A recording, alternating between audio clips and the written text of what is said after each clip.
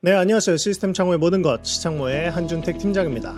오늘은 굉장히 간단하게 시스템 창호의 최소 사이즈에 대해서 알려드릴게요. 많은 분들이 시스템 창호 사이즈를 어떻게 해야 되는지 잘 모르시기도 하고 일반 이중창, 그러니까 슬라이딩 창에 익숙하시기 때문에 시스템 창호가 가장 효율적으로 사용될 수 있는 최적의 사이즈가 어떤 것인지 잘 모르시는 경우가 많아요. 그래서 시스템 창호의 사이즈 편을 알려드릴 건데 오늘은 최소 사이즈에 대한 이야기를 해드리도록 하겠습니다. 제가 도면을 보면서 알려드릴게요. 네, 보통은 우리가 욕실이나 다용도실 그리고 조그맣게 들어가는 창은 보통 600에 600 정도 사이즈로 많이 제작을 합니다. 600, 60cm, 60cm인 거죠.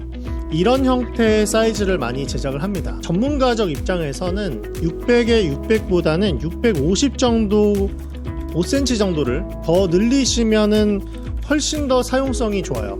시스템 창호 안에 들어가는 하드웨어가 작동하기에 가장 좋은 조건이 65cm입니다. 그래서 650에 650을 많이 권장을 드리고, 그래도 가장 무리 없이 사용할 수 있는 최소 사이즈가 600에 600이라는 부분 기억하시면 좋을 것 같습니다. 600에 600이요. 근데 욕실에서 보통 슬라이딩 창문을 굉장히 작게 만드는 경우가 있잖아요. 높이가 40cm 이렇게 되는 경우가 있잖아요. 그래서 시스템 창호도 이 사이즈가, 이런 형태의 사이즈가 가능하지 않을까 생각하시는 분들이 계신데, 그 안에 샤시가 들어가서 이게 제작이 되려면 용접이 돼야 되거든요. 근데 40cm는 너무 작아요. 그래서 정말 최소 사이즈라고 한다면 550까지는 가능은 합니다. 하지만 권장하진 않아요. 그래서 60cm 이상으로 설계하시는 것을 추천드립니다. 600에 600 사이즈면은 창문 프레임 사이즈가 600에 600이고 그 안에 샤시가 들어가 있고, 그쵸? 요 바깥에 프레임 사이즈가 있는 것이고 요 안쪽에 샤시, 그러니까 문이 열리는 샤시 부분이 있는 거니까 이 안쪽의 유리 사이즈는 약 40cm 내외라고 보시면 돼요. 자, 그리고 열리는 창문은 프레임이 있고 샤시가 있으니까 이렇게 되는데, 고정창일 경우에는 더 줄일 수 있지 않느냐 라고 생각하시는 분들이 많으세요. 물론 가능합니다. 근데 시스템 창호는 유리를 끼우고 실리콘 처리해서 끝내는 것이 아니고 글레이징 비드라고 하는, 보통 우리가 생각하는 쫄대 있죠. 여기 도면을 보시면 이 부분이 쫄대예요. 이 부분이 우리는 GB라고 부릅니다. 이만큼이 프레임이고 여기에 유리가 설치가 되고, 그리고 여기에 글레이징 비드 GB가 설치가 됩니다. 이 GB를 끼우는 데 있어서 600보다 작아지면 GB가 찌그러지는 경우도 있고 잘 안 껴져요. 그래서 저희가 많이 추천하지는 않고 고정창이라 하더라도 600에 600 사이즈를 유지하시는 것을 권장드립니다. 근데 부득이하게 500, 400, 300 정도로 줄여야 할 필요가 있는 창들도 있을 거예요. 설계가 이미 그렇게 되었거나 골조가 이미 그렇게 나와서 그렇게 만들 수밖에 없는 상황에서는 한쪽이 900 이상 되었을 때 다른 한쪽을 최소 350까지 만들 수가 있습니다. 350. 주의하실 점은 여기 안쪽에 유리 사이즈를 보면은 20cm 요 정도밖에 안 돼요. 최근에 저희에게 시스템 창호 의뢰가 들어왔던 곳 중에 기도실이 있었어요. 기도실이 그때 약 1500, 세로가 1500이고 가로가 350이었어요. 이런 곳은 특수한 목적이 있으니까 빛이 영롱하게 들어와야 되잖아요. 환하게 들어오면 안 되고, 그래서 얇고 빛이 새어 들어올 수 있는 정도의 사이즈로 제작이 됐습니다. 이거는 굉장히 의도된 사이즈죠. 그런 경우를 제외하고는 대부분 600 이상 하는 것을 권장드려요. 20cm 폭으로 밖을 보기도 어렵고 20cm 폭으로 채광, 밖에서 충분히 빛이 들어오게 만드는 것도 어렵고 바깥의 풍경을 보는 것도 어렵기 때문에 한 60cm 정도, 60cm 이상을 하시는 것을 권장드립니다. 그리고 저희가 설계가 들어오면은 가장 어려운 케이스, 가장 난감한 케이스가 뭐냐면 가로 사이즈가 1000일 때예요.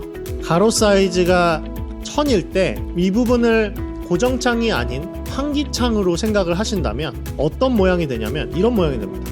가로가 1000이면 열리는 부분을 약 600에서 650 정도 만드는데 고정창으로 반대쪽에 40cm가 들어갈 수밖에 없어요. 그래서 약간 창문이 조금 한쪽으로 치우친 느낌이 들 수 있죠. 여기에서 폭 높이까지 600으로 줄여버리면 이런 모양이 됩니다. 굉장히 뭔가 주된 창문이 있고 오른쪽에 약간 공간을 땜빵한 것 같은 그런 느낌이 없지 않아 있죠. 이게 900이 되면 더 심해집니다. 그래서 저희는 이런 상황에서는 설계할 때 애초에 1200에 600으로 만드시는 걸 추천드려요. 그래서 한쪽에 600에 열리는 부분이 있고 한쪽에 600에 고정창이 있는 이런 형태를 추천드립니다. 네, 그리고 가끔 이렇게 설계하시는 분도 계세요. 자, 가로를 1000으로 놓고 세로를 1500 정도로 놓고 여기를 반으로 쪼갠 거죠. 750, 750. 이렇게 해서 위에는 고정창으로 하고 아래는 TT로 해달라. 틸트 앤 턴, 옆으로 열리게 해달라 라고 하시는 경우가 있는데, 그렇게 되면은 이 한쪽이 힌지 부분이 돼서 경첩이 돼서 모든 하중을 받치게 되고 다른 한쪽이 이제 손잡이가 있어서 열리게 되는 거죠. 그러면은 세로 폭보다 가로 폭이 길어지기 때문에 하중이 굉장히 많이 쏠립니다. 그럴수록 창문의 무게를 한쪽에서 계속 버텨줘야 되기 때문에 처음에는 문제가 없지만 나중에는 점점 처짐 현상이 생깁니다. 그렇기 때문에 이럴 때는 틸트 온리, 위에만 열릴 수 있게 해서 환기창으로 만들어 주시던가 아니면 처음부터 이 부분을 세로 사이즈하고 맞춰주는 거예요. 처음부터 설계할 때 세로 사이즈하고 1대1로 맞춰주는 겁니다. 그래서 하중이 한쪽으로 너무 많이 쏠리지 않도록 1대1로 맞춰서 비율을 맞춰주시면 하드웨어가 무리가 없이 잘 사용이 될 수가 있어요. 세로보다 가로가 길지 않게 시스템 창호에 열리는 부분을 설계하실 때는 세로보다 가로가 길지 않게, 그래서 하중이 한쪽으로 너무 쏠리지 않게 설계를 해주시는 것이 좋습니다. 네, 오늘 짧게 이 창문 사이즈의 최소 사이즈에 대한 이야기를 해드렸어요. 정말 많은 분들이 욕실, 다용도실, 주방 이런 작은 창들이 들어가는 부분, 또 현관 옆에 창문이 있다거나 이런 부분에 시스템 창호가 들어갈 때 제작 사이즈를 어떻게 해야 되는지 고민이 많으실 텐데 오늘 영상에서 해결이 됐기를 바라며, 다음 영상에서는 최대 사이즈, 그러면은 거실에 큰 창, 안방에 큰 창, 이런 통창이나 바깥의 풍경을 정말 마음껏 볼 수 있는 창문의 최대 사이즈는 어느 정도인가에 대해서 알려드리도록 하겠습니다. 네, 지금까지 저는 시스템 창호의 모든 것 시창모의 한준택 팀장이었습니다.